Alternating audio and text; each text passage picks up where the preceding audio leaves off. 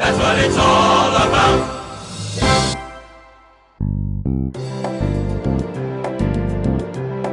30 years ago, my old friend Noel Trinidad, he came up with an idea for a musical called Crispa Toyota, May Araw Din Kayo. And because I was still working for PepsiCo at the time and Noel was busy with his showbiz life, nothing ever came out of that.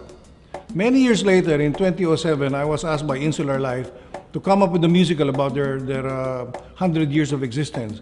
And I met some of the best people I've met in my life. We've got some of the best theater actors and actresses in the world. Unfortunately, theater audience in the Philippines is not expanding as it should be. I felt that in order to expand the theater-going market, we need a material that can really knock on the doors of the people who go to theater. And Rivalry, Ateneo-La Salle, the musical, will definitely knock on the doors of the Ateneans and the La Sallites who don't even go to theater. About composing, I guess it was born out of necessity. My wife, who was my girlfriend when she was 16 or 17 years old, uso sa Ateneo yung gawaan ng kanta for the girl. So I didn't want to be left behind. So the first time I composed a song was for her. She loved it. I said, I can compose.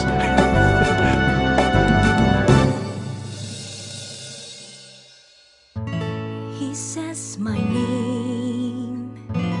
It feels the same way it used to feel long ago.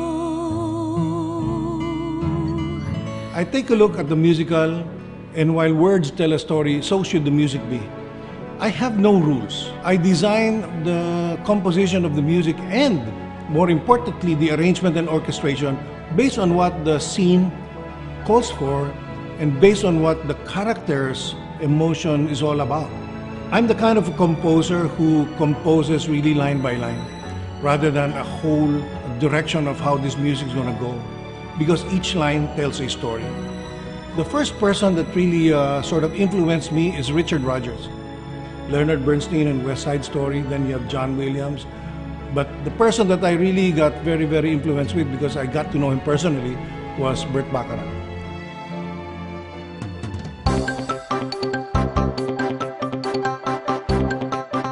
Okay, why should you watch Rivalry? I'll give you a few reasons. Number one, we want to prove to you that we can create and produce a musical here in the Philippines that we can be proud of anywhere in the world. Number two, you have to see how the talents of the director, the lyricist, the music, and the actors really blend in an original material.